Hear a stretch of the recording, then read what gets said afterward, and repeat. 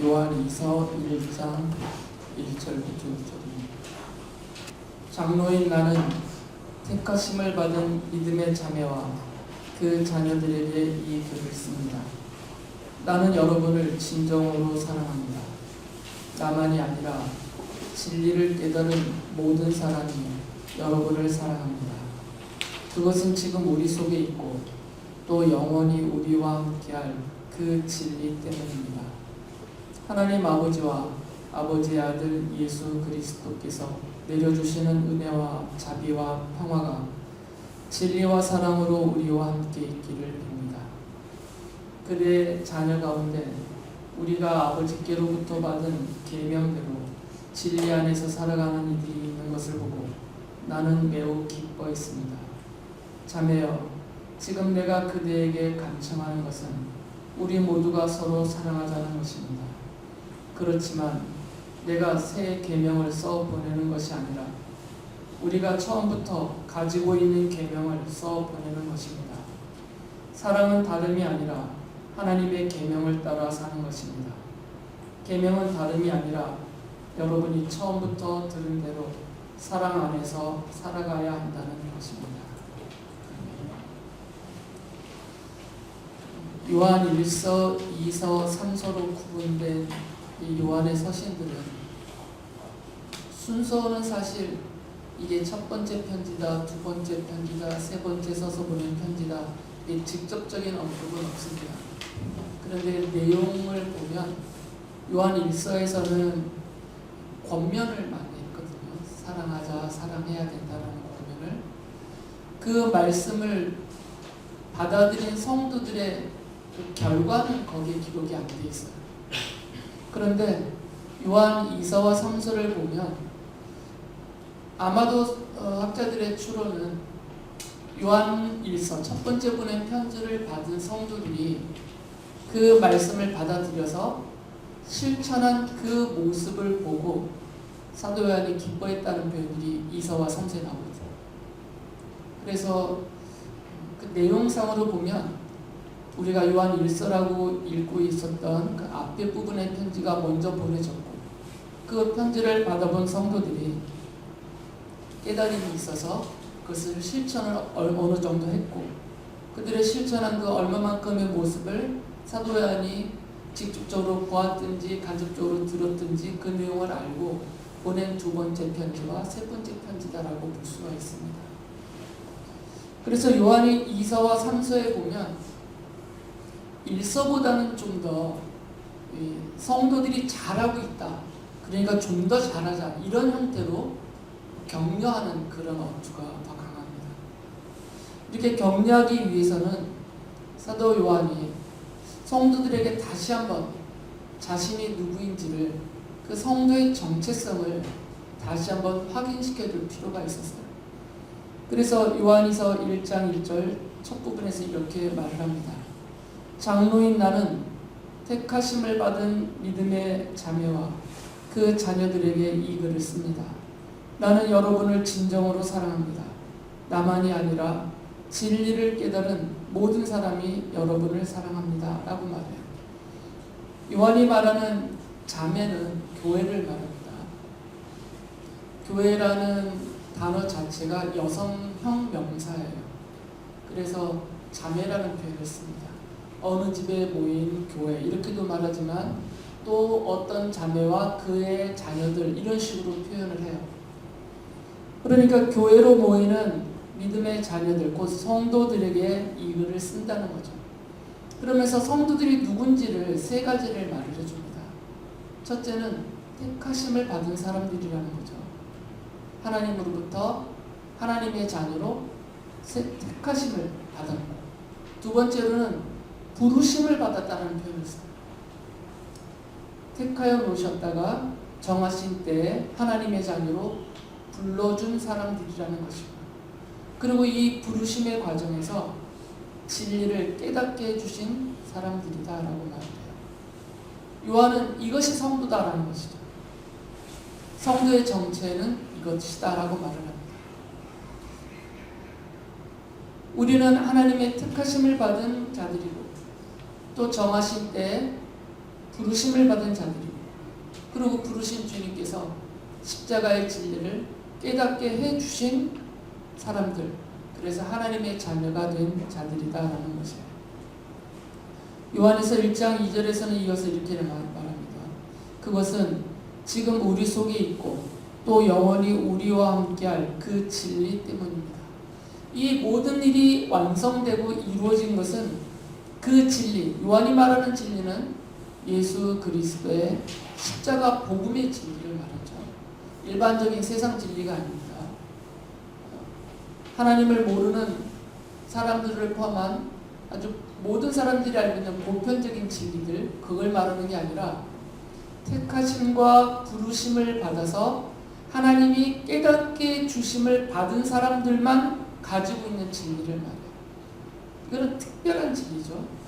그래서 예수 그리스도의 십자가 복음을 통해서 나타난 진리이기 때문에 그래서 십자가 복음의 진리라고 표현을 합니다. 이 부분은 바울 사도도 같은 말을 했어요. 에베소서 1장 4절에 보면 이렇게 말하죠. 하나님은 세상 창조 전에 그리스도 안에서 우리를 택하시고 사랑해 주셔서 하나님 앞에서 거룩하고 흠이 없는 사람이 되게 하셨습니다. 바울 사도는 우리가 하나님 앞에서 흠이 없고 거룩한 의인으로 여김을 받고 하나님의 자녀가 된 것은 하나님의 택하심에서부터 시작이 된 것이다 라고 강조해요. 이 세상 온 우주와 그 안에 있는 모든 만물이 창조되기 그 이전에 하나님의 그 창조의 계획 안에, 그 창조가 실현되기 이전 창조의 계획 안에 이미 누구를 하나님의 자녀로 부르실지 이미 선택해 놓으셨다는 것입니다.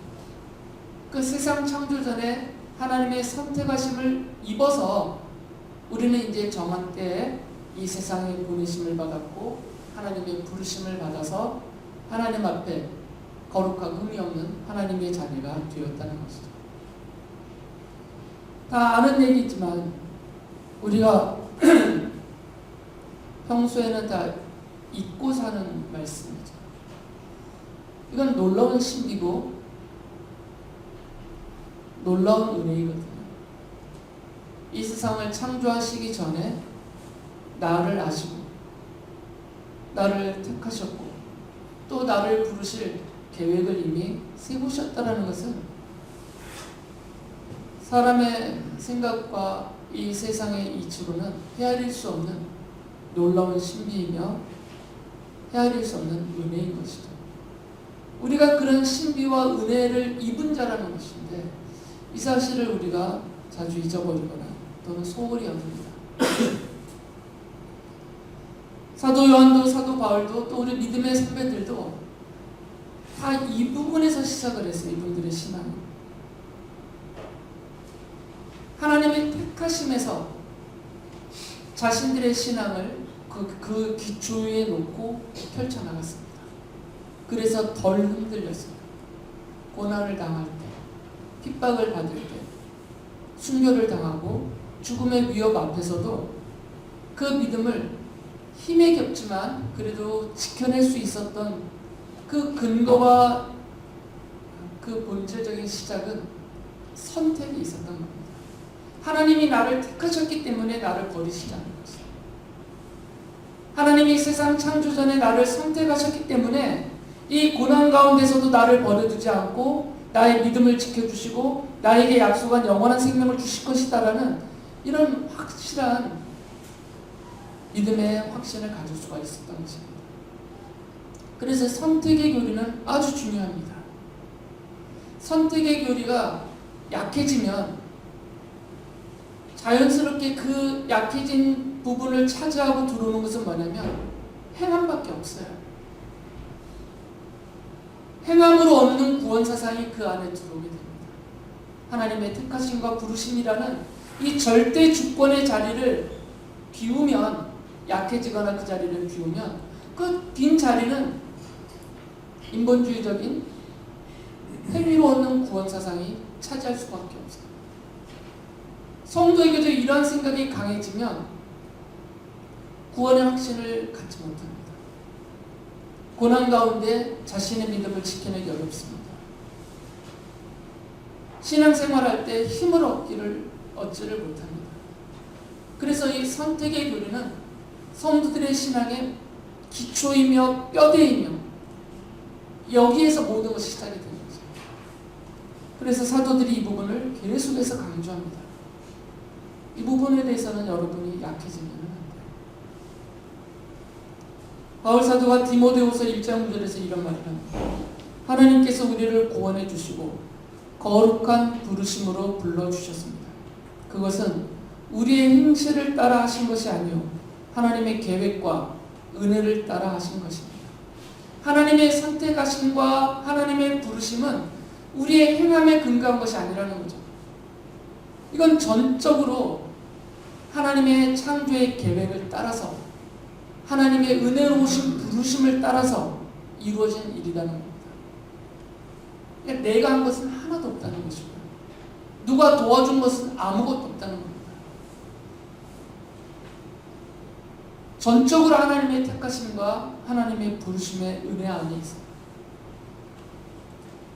그래서 성도는 누구냐면 이 하나님의 계획, 택하심과 부르심이라는 이 하나님의 계획 안에 세상 창조 전에부터 들어가 있었던 하나님의 자녀들이고, 그리고 하나님의 은혜로우신 부르심을 입은 하나님의 자녀라는 거죠.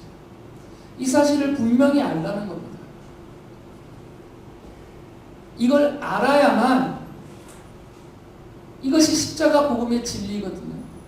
이 십자가 복음의 진리 안에 담겨있는 하나님의 택하심과 부르심과 이 계획과 은혜를 알아야만 하나님의 계명으로 우리에게 주어진 서로 사랑을 실천할 수 있다는 거죠. 왜 우리가 성도이면서도 십자가의 사랑으로, 그 이타적인 사랑으로 서로 사랑을 제대로 할 수 없냐면 이 부분이 약해서 그래요. 내가 세상 창조 전에 하나님의 자녀로 선택된 자녀, 또 그 하나님의 계획을 따라서 은혜로운 이 십자가의 복음을 통해서 나를 그 은혜로운 부르심으로 부르심을 받았고, 그리고 나에게 죄 용서와 하나님의 자녀된 고귀한 신분과 그에 따른 영원한 생명과 하나님 나라의 약속을 상속받은 자라는 이 사실이 약하기 때문에 십자가의 복음의 진리 바깥에 있는 사랑으로 사랑하기 때문에 그러면 잘 안 됩니다. 십자가의 사랑 바깥에 있는 사랑으로는 서로 사랑을 실천하기가 힘들어요. 애를 쓰지만 잘 안 됩니다. 왜 그러냐면 십자가의 사랑 바깥에 있는 사랑은 다 인간적인 사랑이에요. 세상적인 사랑이고 이해 관계에 따른 사랑이고 또 물질과 관여된 사랑일 수밖에 없어요. 그러니까 수시로 변하고 내가 변하는 걸 따라서 함께 변하는 태도예요. 그래서 온전히 지켜지기가 어렵습니다. 요한 사도가 이 부분을 강조하고 바울 사도가 이 부분을 강조하는 그 이유가 여기 있습니다. 사도 요한이 이것을 강하게 말하면서 그 다음에 이제 권면을 하는 것이죠. 요한 2서 1장 5절에 보면 자매여 지금 내가 그대에게 간청하는 것은 우리 모두가 서로 사랑하자는 것입니다. 이 사실을 분명하게 알려주고 그렇기 때문에 우리는 서로 사랑해야 됩니다 라고 말하는 거죠. 아까 말씀드렸지만 이 자매는 교회를 말합니다. 그리고 교회로 모이는 성도들을 말하는 거죠. 교회로 모이는 성도들 곧 택하심과 부르심과 십자가 복음의 진리를 깨닫게 해주신 하나님의 자녀들인 우리들은 그 십자가의 사랑으로 서로 사랑하며 살아야 된다는 것이에요. 요한일서 1장 4절에 보면 요한이 자신의 기뻐함을 이렇게 말해요. 그대의 자녀 가운데 우리가 아버지로께로부터 받은 계명대로 진리 안에서 살아가는 이들이 있는 것을 보고 나는 매우 기뻐했습니다. 그대는 교회예요. 교회 안에 어떤 성도들이 이 십자가 복음의 진리를 따라서 서로 사랑하는 모습을 보고 나는 매우 기뻐했다라고 말해요. 어떤 일부의 성도들 때문에 기뻐했다는 거죠. 모든 성도가 아니라는 겁니다. 사도 요한이 이렇게 서로 사랑을 강조하지만 여전히 이 두 번째 편지를 보낼 때 여전히 교회 안에는 십자가의 사랑으로 서로 사랑하지 않는 인간적인 사랑, 세상적이고 물질적이고 이해관계를 따른 사랑, 그런 사랑을 하는 성도들이 한쪽에 있고 또 다른 한편의 일부는 이 말씀을 따라서 십자가의 사랑으로 그 이타적인 사랑으로 서로 사랑하고 있는 분들이 있었다는 것이죠. 일부라는 거예요. 완전하게 되지는 않습니다. 그게 우리의 현실이고요. 이건 주님 오실 때까지 크게 달라지지는 않을 것입니다. 그렇지만 사도 요한이 소망하는, 간청하는 것이 있어요. 이것은 곧 주님의 마음이죠. 계속해서 말씀드렸듯이 신구약 성경 66권 이 한 권의 책은 기록된 하나님의 말씀입니다. 예언자들과 사도들, 하나님의 종들을 성령 하나님이 사로잡으셔서 하나님의 말씀을 오류 없이 기록해 놓으신 기록된 하나님의 말씀이에요. 그렇기 때문에 성경에 기록된 이 말씀들은 사도 요한이 썼던, 바울 사도가 썼던, 또는 예언자 누가 썼던 간에 그들을 통해서 성도인 우리들, 하나님의 백성인 우리들을 향해서 하나님이 하시고자 하시는 말씀이 기록된 내용들이에요. 요한 이서 또한 우리를 향한 하나님의 말씀, 곧 하나님의 뜻이 기록되어진 서신이라는 것이죠. 그러면 당연히 하나님이 이 요한의 입을 통해서, 그의 손을 통해서 우리에게 원하시는 것은 드러나죠. 서로 사랑하는 모습을 보고 기뻐하시고 싶어 하시는 거죠. 폭군이나 독재자나 권세자가 자기의 기쁨을 위해서 무의들에게 춤추게 하고 제주꾼들에게 제주를 넘고 부리게 하고 그걸 보고 나서 깔깔대고 기뻐하는 이런 게 아니고, 온 우주의 창조주신 하나님이 당신께서 먼저 인간 예수를 이 땅에 오셔서 그리스도로서 죄인들을 위하여 대신 십자가에 못 박혀 죽임 당해 주시면서 먼저 사랑을 다 드러내 보여주셨어요. 그리고 그 드러내고 보여주신 그 사랑을 서로 사랑하며 누리는 그 모습을 보고 기뻐하고 싶어 하셨던 거거든요.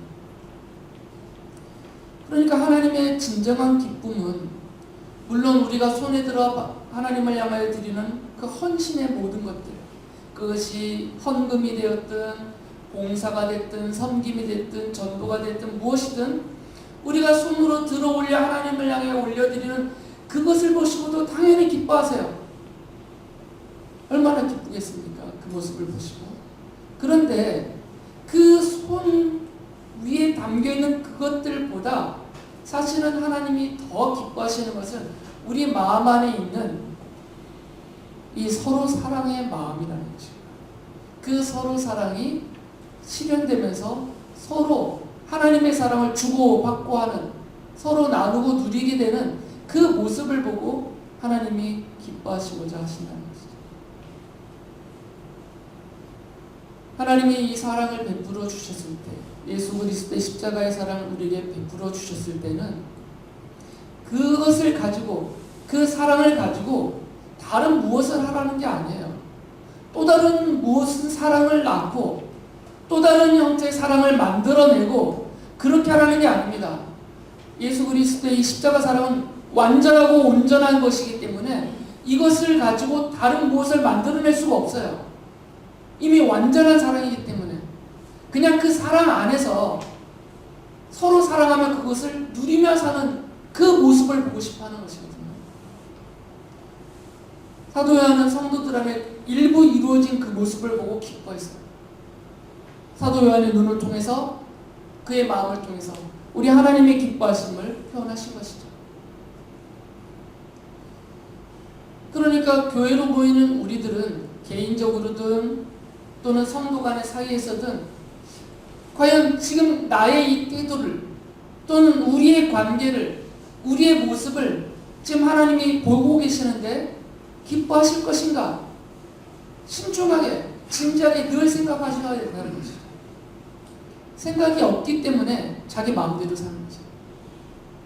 내 생각만 가지고 사니까 내 마음대로 사는 것인데, 사도 요한은 우리는 그렇게 살면 안 되는 사람들이라고 말하는 겁니다.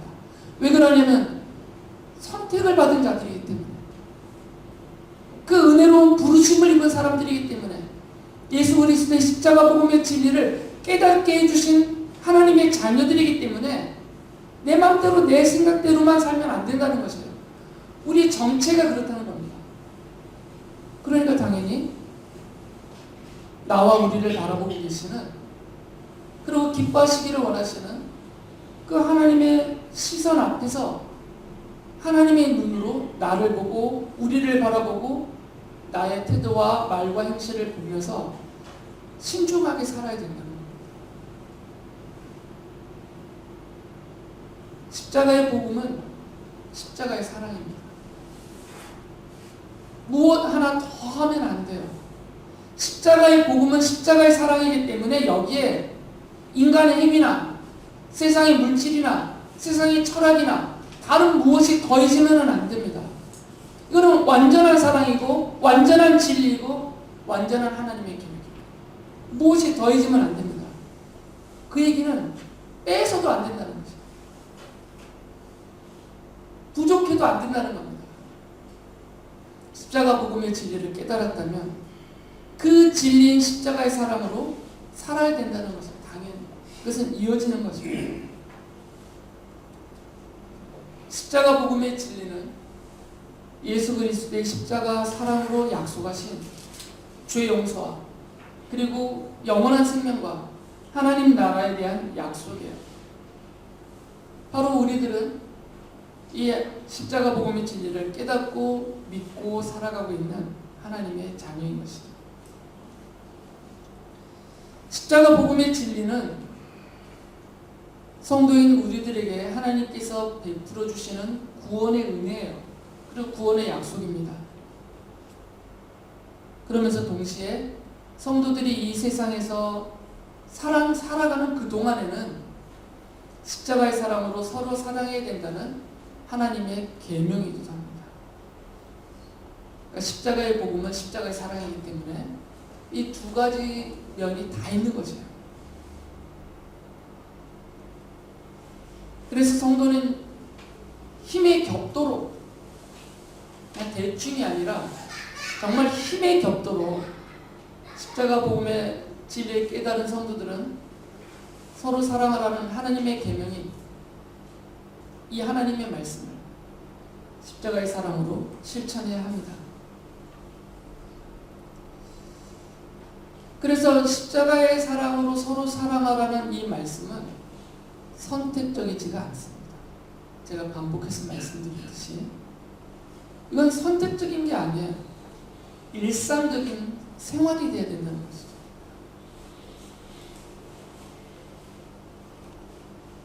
우리의 삶에서 선택적인 것이 있습니다. 그러나 일상적인 것은 또 있어요. 음식을 먹어야 됩니다. 이거는 일상이에요. 안 먹으면 죽습니다. 그런데 무엇을 먹을까는 우리가 선택할 수 있어요. 자기가 좋아하는 거 먹을 수 있고 몸에 유익한 것들 우리가 선택하여 먹을 수 있어요. 십자가의 사랑을 이런 면에서 착각하는 거죠. 십자가의 사랑은 일상이거든요. 어느 곳에서든지 어느 때든지 누구와 함께 있든지 누구를 대상으로 하든지 선택될 수 없는 일상적인 것이에요. 좋은 음식, 나쁜 음식, 맛있는 음식, 싫어하는 음식 선택할 수 있는 것처럼 선택적인 게 아니라는 거죠. 그러니까 서로 사랑의 대상을 선택할 수 없다는 겁니다. 벌써 선택적이라는 얘기는 십자가의 사랑이 아니에요. 그것은 인간적인 것이고 세상적인 겁니다. 그것은 다 선택의 원리를 따라 이루어지는 것이죠. 그래서 일상적인 생활이 되어야 된다는 겁니다. 요한이 그래서 이런 얘기를 합니다. 요한이서 1장 6절에 보면 사랑은 다름이 아니라 하나님의 계명을 따라 사는 것입니다. 계명은 다름이 아니라 여러분이 처음부터 들은 대로 사랑 안에서 살아가야 한다는 것입니다. 사랑하며 살아가는 게 아니고요. 그냥 사랑 안에서 살아간다는 일상이라는 거죠. 일부러 이런 단어를 써요. 사랑하면서 이러면 이게 자꾸 선택적이게 되거든요. 그래서 그냥 아예 사랑 안에서 살아가야 된다 이렇게 말하는 겁니다. 일상이 되어야 된다는 것이죠. 그냥 생활이어야 된다는 겁니다.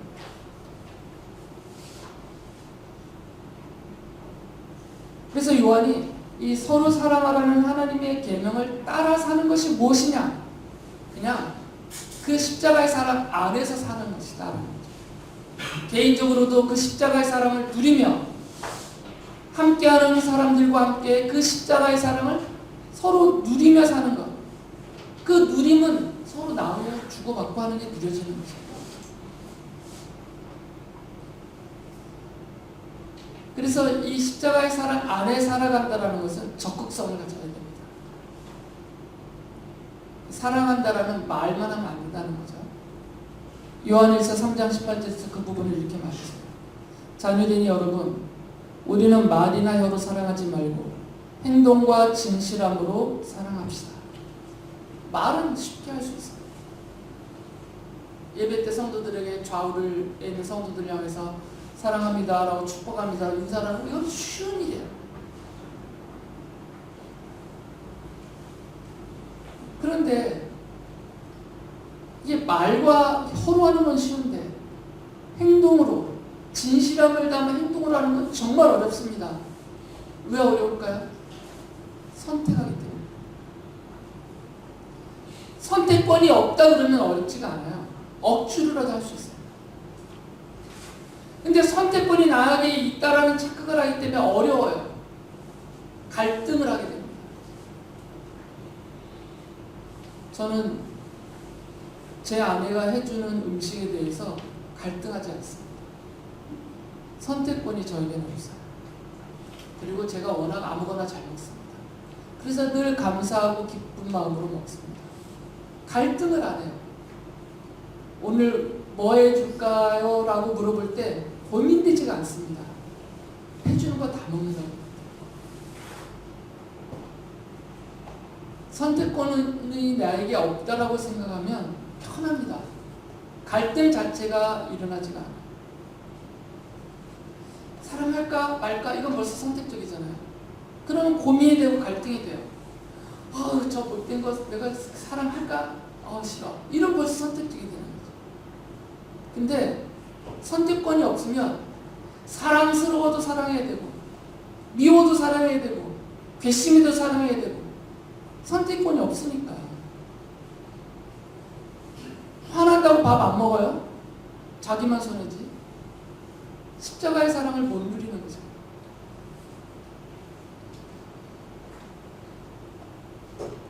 그래서 선택적인 사랑이 아니라 일상적인 그냥 생활 속에서 사랑 안에 있는 그 상태에서 살아가야 된다 그 얘기예요. 바울 사도가 골로새서 1장 5절에 이런 말을 합니다. 이 믿음과 사랑은 여러분을 위하여 하늘에 쌓아두신 소망에 근거합니다. 이 소망은 여러분이 진리의 말씀 곧 복음을 받아들일 때 이미 들은 것입니다. 바울 사도가 좀 도와줍니다. 그 얄미운 사람들, 괘씸한 사람들까지도 사랑해야 되기 때문에 그런 사랑 안에 살아가야 되기 때문에 이렇게 도와주는 말을 해요. 그 사랑은 이 십자가의 사랑은 하늘에서 온 것이기 때문에 하늘의 소망을 두고 펼쳐나가는 사랑이기 때문에 하늘을 바라보며 사랑하라는 거죠. 그 사랑 보면 사랑 못해요. 그 상황을 보면 사랑이 어렵습니다. 그러니까 그 사람 보지 말고 하늘을 보고 하나님을 바라보며 사랑하라는 거죠. 쟤는 얄밉지만 하나님이 나를 사랑하시고 하나님이 저 사람을 사랑하시고 우리가 사랑하는 것을 사랑 안에 살아가는 것을 하나님이 기뻐하시기 때문에 사랑하는 거죠. 십자가의 사랑은 하늘의 사랑이에요. 이건 이 땅에 있는 사랑이 아닙니다.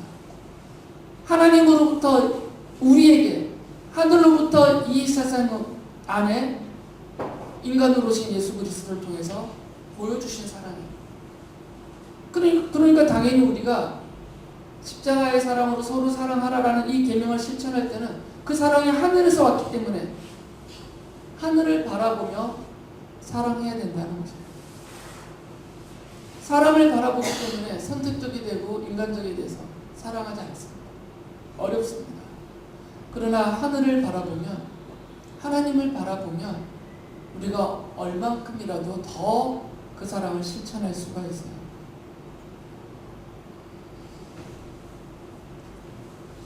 요한에서 1장 3절에서 요한이 이렇게 축복을 합니다. 하나님 아버지와 아버지의 아들 예수 그리스도께서 내려주시는 은혜와 자비와 평화가 진리와 사랑으로 우리와 함께 있기를 바랍니다. 하나님의 택하심을 받고 부르심을 받고 또 예수 그리스도의 십자가 복음의 진리를 깨닫게 해주신 하나님의 자녀가 하늘을 바라보면서 십자가의 사랑으로 서로 사랑하며 사랑 안에서 살아가면 그 사람들에게는 하나님께로부터 예수 그리스도로부터 내려주는 은혜와 평화와 그 사랑이 넘치게 임하게 될 것이다라는 거죠. 하나님은 성도들에게 은혜를 베푸십니다.